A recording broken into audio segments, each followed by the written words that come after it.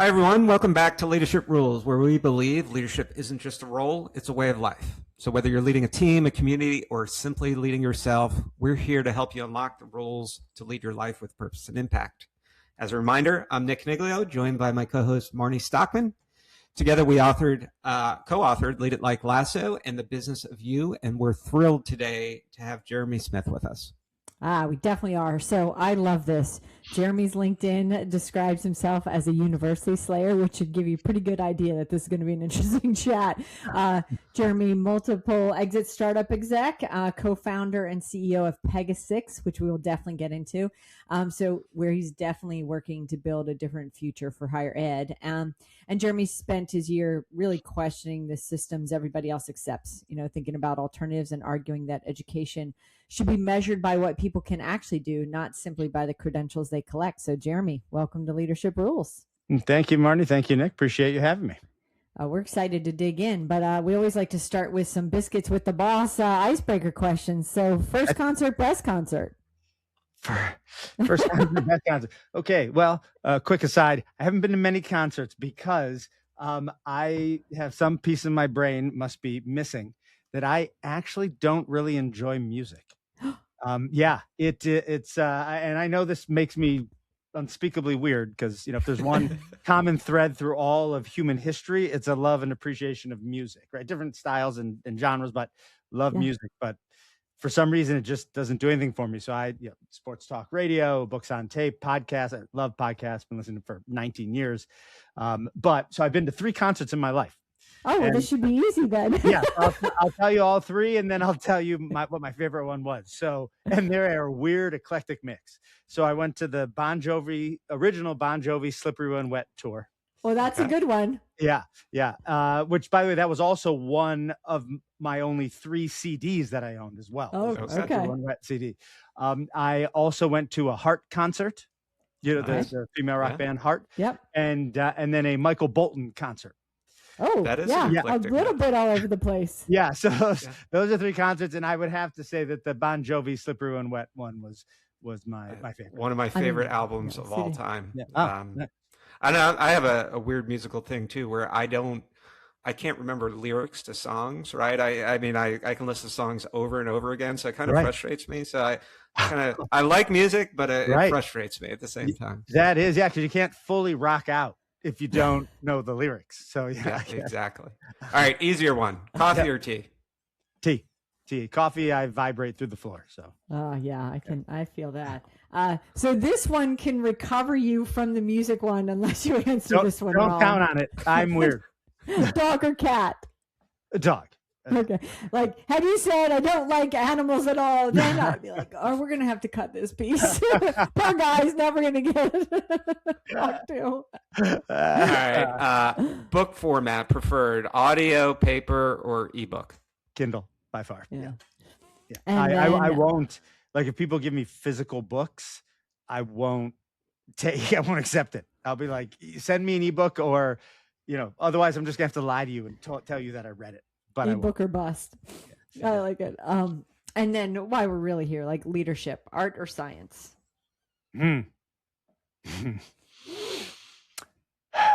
I'd say Sart. With the silent C. Right. Yeah, exactly. That's the first. We've gotten a combination, but yeah, I like you actually giving us the combination. That's perfect. Okay. All right. So, we definitely want to dive into Pega6, but first, Marnie's intro referring to yourself and your LinkedIn profile as University Slayer. Just curious, what happened in your career that really convinced you that higher ed doesn't simply need improvement, but it needs to be fundamentally rebuilt or rethought about? Yeah. So it was kind of a 2-phase process. When I first realized there was something deeply, deeply wrong with college was around the time I started. It was the time when I started my career. So this was 1998. And got out into the workforce. I went to Emory University, top 25 university, and I did well enough there. And when I started my job at investment bank, Houlihan Lokey, I had absolutely no idea what I was doing. But I said, okay, you know what? I was a business major, but it was marketing communications. So, okay. But then when I looked at everybody else around me in my cohort at the bank, from pretty much all Ivy League schools, all finance majors, they also had no idea what they were doing. None. Yeah. And I was like, what have we all been doing for the What last did we just 4 do years there? and spending $100,000 on? Like, what was that? And then as I just progressed through my career, I noticed as entry level after entry level employees came into whatever company I was at, they were all in the same situation. They had absolutely no idea how to do the job we had just hired them to do. And I said, that's not right. I mean, that is a tremendous waste of time and money. And then, I mean, there's all sorts of arguments that people would try to tell me for college. I'll just throw one out there where they would say, well, but no, it's about critical thinking. So you shouldn't be looking for them to have the skills. It's about critical thinking. It's about being well-rounded. I don't say, well-rounded. I don't know. There's like 3 people I've ever met who have left college, graduated college, well-rounded.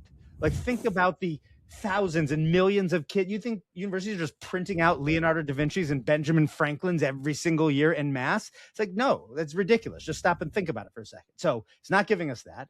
It's not making us career ready. And so I thought, okay, this, like I said, it isn't right, but what can you do about it? And when I just started to think about it, and think about how people got job ready, how people mastered any skills, job skills included, absolutely nothing that college does is geared towards skills mastery, job skills in particular here, but really skills at all. And that's when I said, okay, there needs to be some sort of model. And without going into the whole story, I happened to be in front of a couple of congressional staffers when the idea just popped in my head. And I sort of got up and started whiteboarding this idea for Pegasix and white collar trade schools. And that was about 15 years ago when I first had the epiphany. Yeah. So tell us about Pegasix then. That's a great transition. Yeah, right. Yeah. So Pegasix is, I think, the first true alternative to the university, one that actually is better in every way, including the results for the graduates. And so what we're doing is we're approaching high school seniors and saying, hey, don't waste your time and money at college. Instead, come to Pegasix. And it is 1 year, $15K, entirely focused on a single career path. Each trade school is focused on one career path. And it's entirely experiential learning, no lectures, textbooks, tests. And the students graduate, 3 years. They start their career 3 years early, $100,000 at least ahead of college grads. And they are completely job ready with the technical skills and the soft skills of a second or third year employee from the first day of their first job. And then for employers, they're getting the first ever job ready entry level workforce who are also, AI first, because that's also an important part of our curriculum. But yeah, so that's Pegasix. And as I call the category, we're creating a number of things, but most recently I've been sticking to white collar trade schools, because if you think of a trade school, that's what this is, but it's for white collar jobs rather than blue collar jobs. So talk to me. You talked about, and I encourage all of our listeners to go to the website. We'll put the URL in our show notes. And I was going through it, and I find it very interesting because the curriculum itself is, it feels like what I've been doing the last 10 to 15 years, and especially with an emphasis on the AI part of building, a product builder, so to speak. And I think it's fascinating. But you talked about, students not being well-rounded, leaving university, entering their first job. And I completely agree with that. Marnie and I often say finished does not equal ready. As a matter of fact, we're seeing so many people graduate from high school and college that have checked all the boxes, but they're not ready to adult. Yeah. But talk about how the immersive experiential learning really develops the non-technical skills. Yeah. I know you talk a lot about failure and Yeah. teamwork and things like that. I'd love for you to share with our audience those types of things and what the student gets out of it. Yeah, so I'll get to the non-technical skills in a moment, but I'll talk about how the curriculum works, because then it'll make sense. So essentially, like I was saying, there's no textbooks or lectures or anything like that. Instead, for the first career path that we've launched, product builder, which is part product manager, part software developer, part product designer, the way that the students learn the skills of a product builder is by spending 50 hours a week every week for a year building product. Right? Because the only way to master a skill is to do it again and again and again.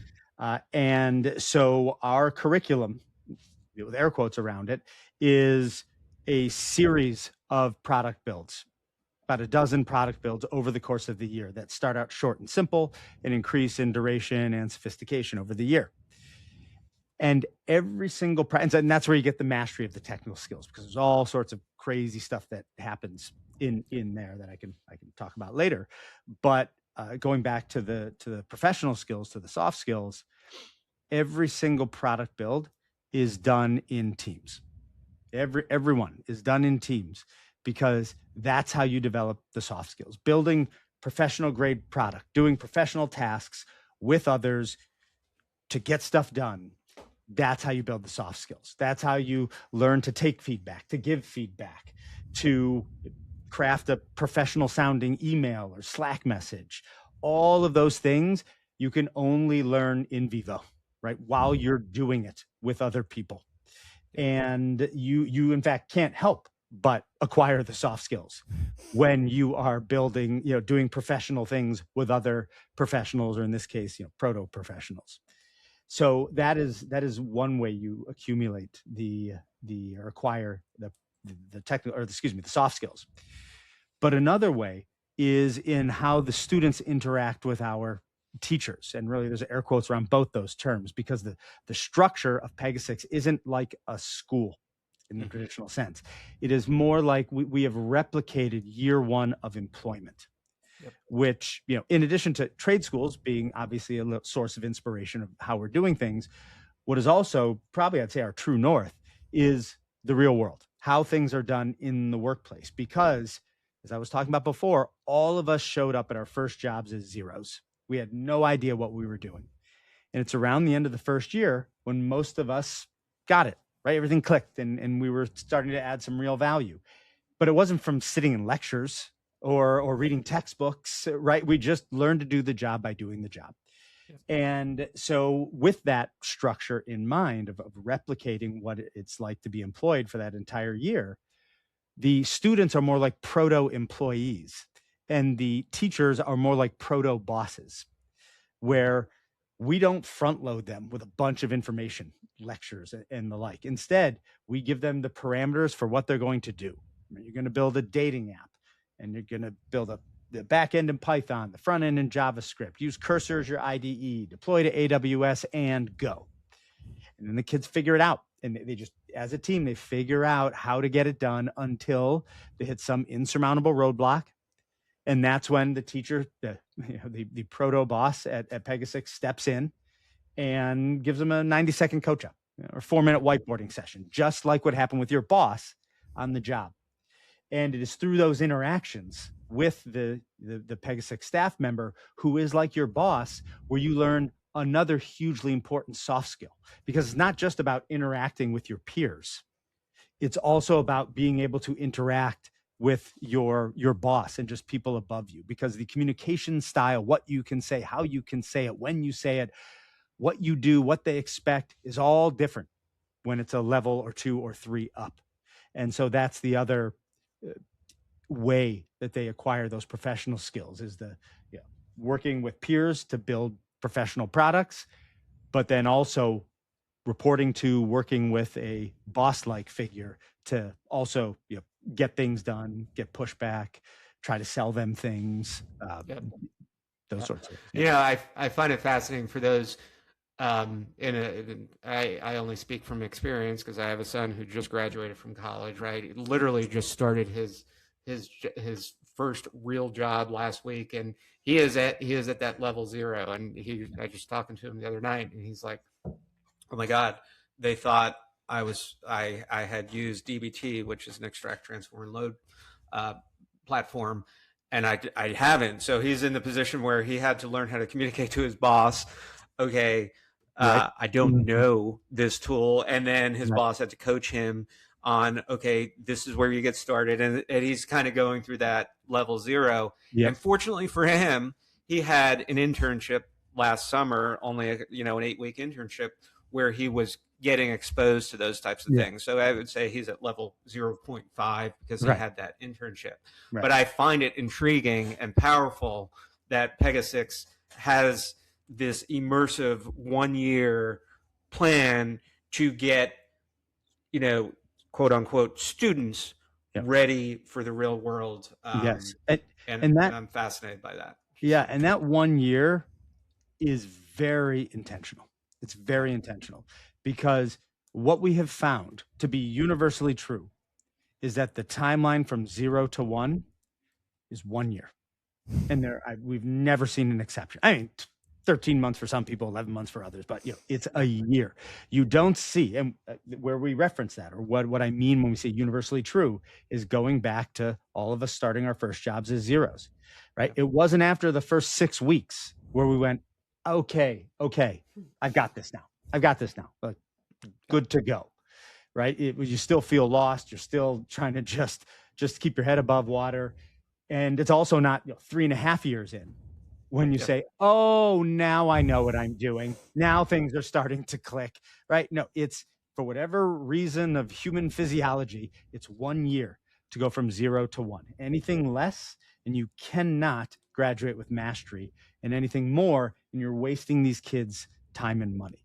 Which honestly, it's one of the reasons that boot camps didn't really work, right? Yeah. And why they've largely faded away, because they were 6 weeks long, 3 months long. Time. It's not enough time. It is 1 year, and there are no shortcuts to it. And so, that is why we've structured it for that duration. So one of the things we talked about when we first met was not just that high schoolers coming into college age need this type of program, but another group of folks really came to the forefront for you as somebody that's almost proving your case of, they're graduating from college and they don't have a job.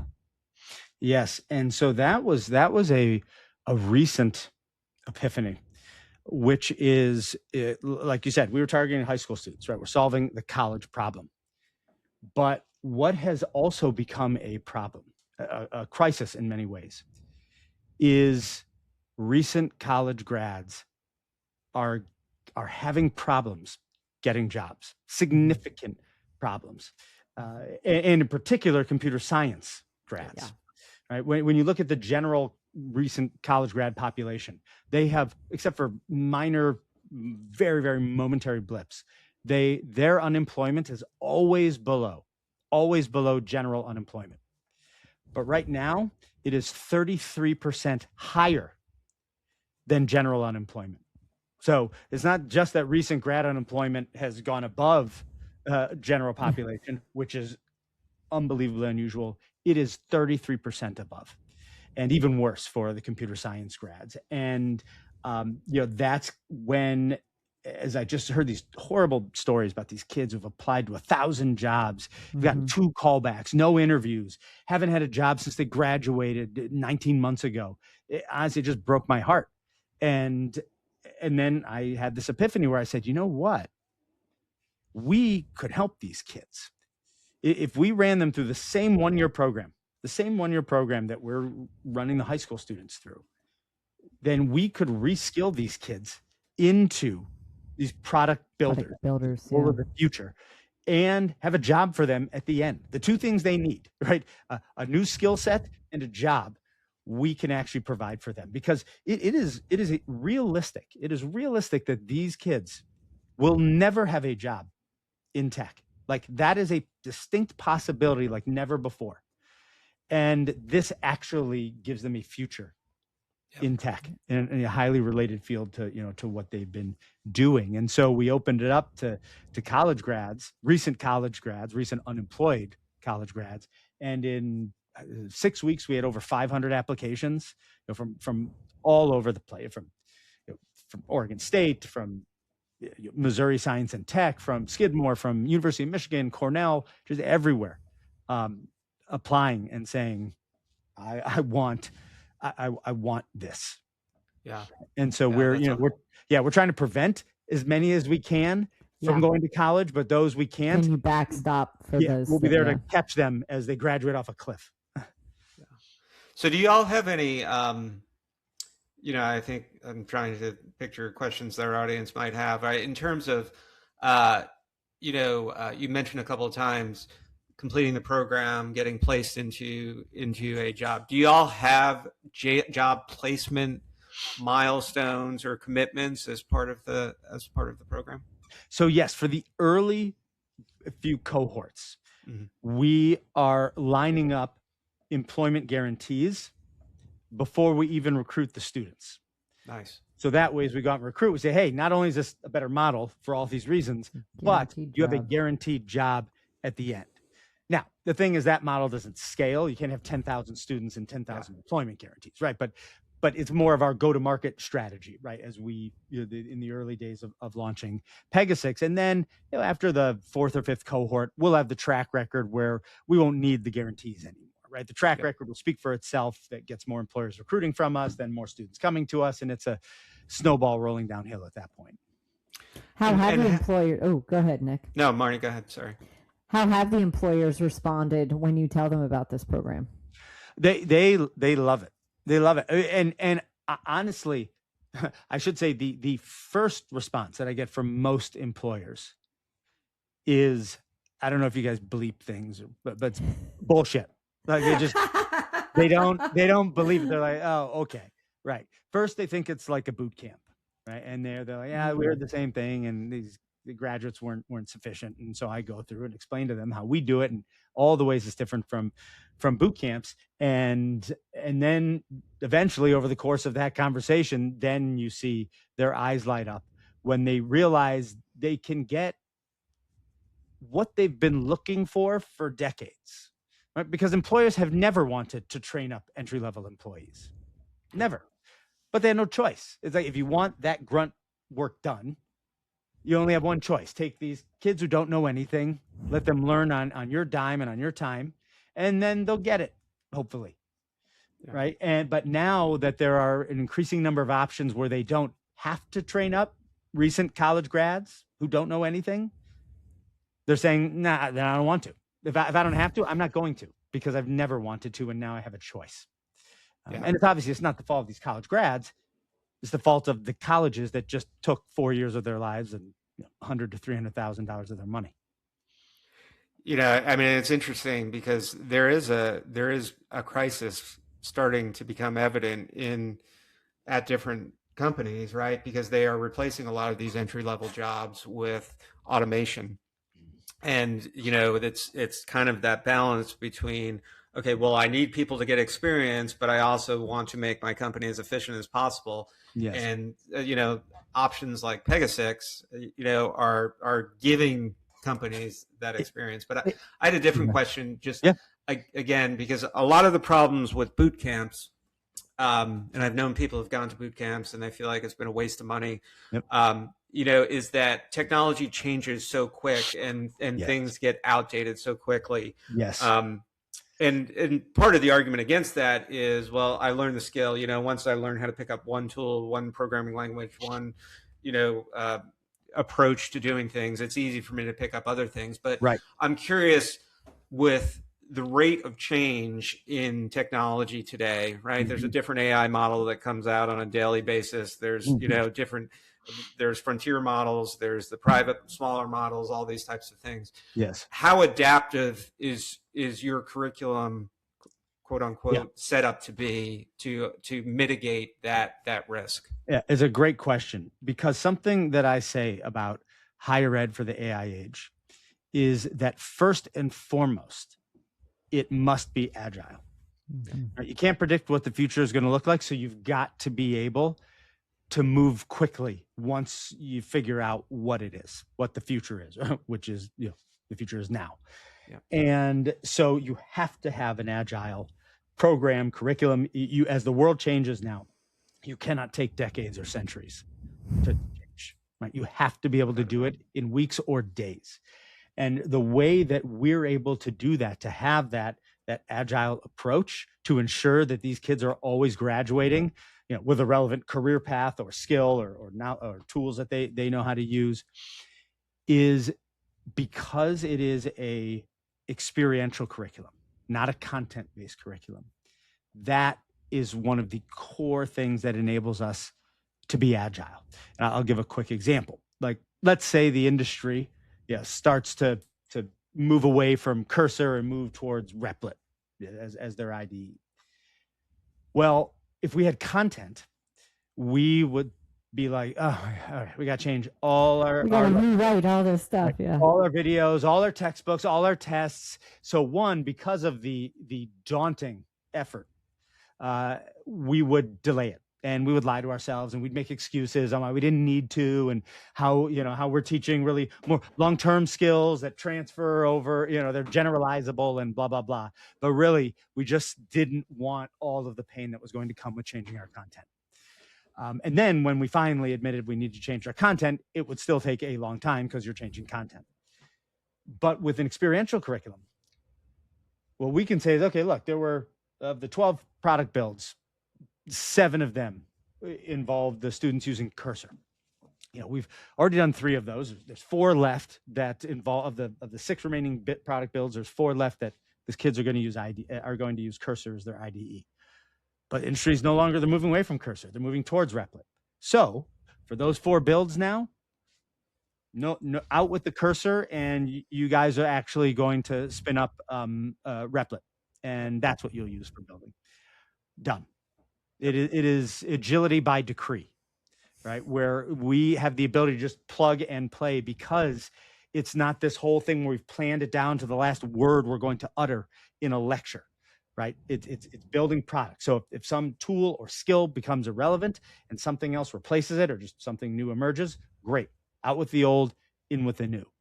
Now, we don't want to follow like fads, right? And teach them things that are going to last for a second. So we want a little bit of proof of durability, that it's going to stick around, but not much. You've got to move fast.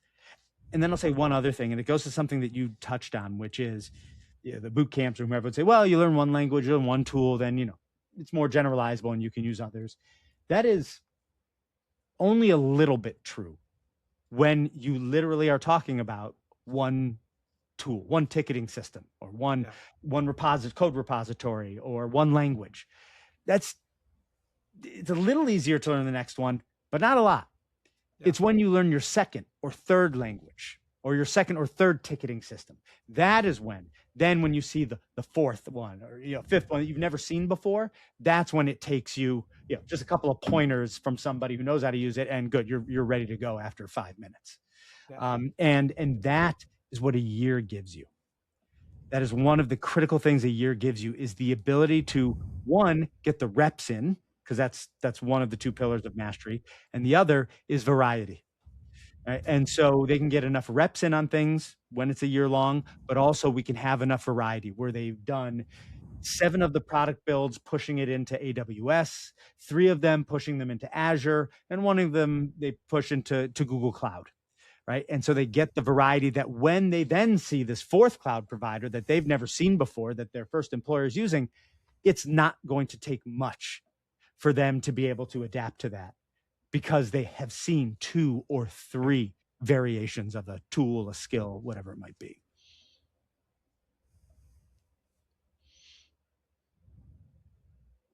Yeah, I think that makes perfect sense. And we're going to end with a last question, Marnie, to get to that. But I just want to plug your program for something that we haven't really talked about yet, and that is this whole notion of the current curriculum product builder.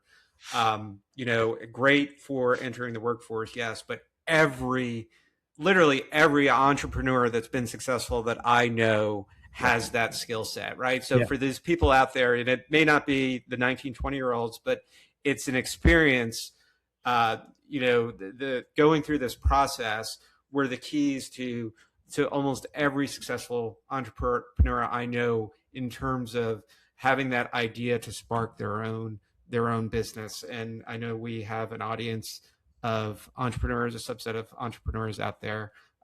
Again, just something to look at. But Marnie, let's hit Jeremy up with our question. Yeah, so we always like to ask at the end, what is, it's called leadership rules. So what is one leadership rule that either you always live by or think everyone else should live by? Well, I'll give a half serious, half joke one, and then I'll give a more serious one. So I say half joke just because it's such a little thing, but honestly, it is a very powerful thing, which is when someone comes to work for me, typically if they're younger, more junior employees, I wouldn't do this to a more senior one. I will take away their mouse for a month. When they start, they lose their mouse for a month, because there are few things you can do to improve your efficiency, but also to just remove a lot of the daily, it's going to sound weird, but micro frictions that exist when you use your mouse a lot. If you learn to navigate most of your applications via keyboard, you will be amazed at not only how much faster it makes you, but how much more fluid your workflow feels. So that's one, but that's obviously a very minor one, a very very targeted one. But I say the biggest sort of leadership principle that I abide by, or that is just always present with me, is hire the best people and then get out of their way. Right? Other than some minor course corrections here or there, right? You're there for the strategy and overall direction, but get out of their way. If you're going to micromanage, then don't hire the best people. That's a waste of your money and their time, right? Hire someone who's more junior and just tell them what to do. Yeah, they don't want to be micromanaged. Right. Yeah. You will get worse performance out of the top performers by micromanaging them. And so, hire the best and then get out of the way. And everybody benefits from that approach. Absolute gold. So tell our audience where they can learn more about you, Jeremy, get in touch with you, learn more about Pegasix, anything else you want to share. Yeah, I guess if you want to learn about me and all my cantankerous views on college, you can just find me on LinkedIn, although there's a number of Jeremy Smiths, fairly generic name, but it's, LinkedIn /Jeremy A. Smith. And then you can find more on Pegasix at either pegasix.com, the numeral 6, PEGA numeral 6.com, which is focused on the high school students, or the pegasixfellowship.com. Focuses on the college grad. Same program, but different messaging. Perfect. Awesome. We'll add those to our show notes. And Jeremy, can't thank you enough for spending the time with us. It's been enlightening, exciting, and even a little bit controversial. I think some people might view it, but we love that. So I think this is a tremendous value to people, and I'm glad somebody actually did it. Thank you. It's effective, and hopefully it encourages more disruption across our workforce ecosystem. Absolutely. I appreciate it. Thanks for having me on. It was a blast. Awesome. Well, thanks so much.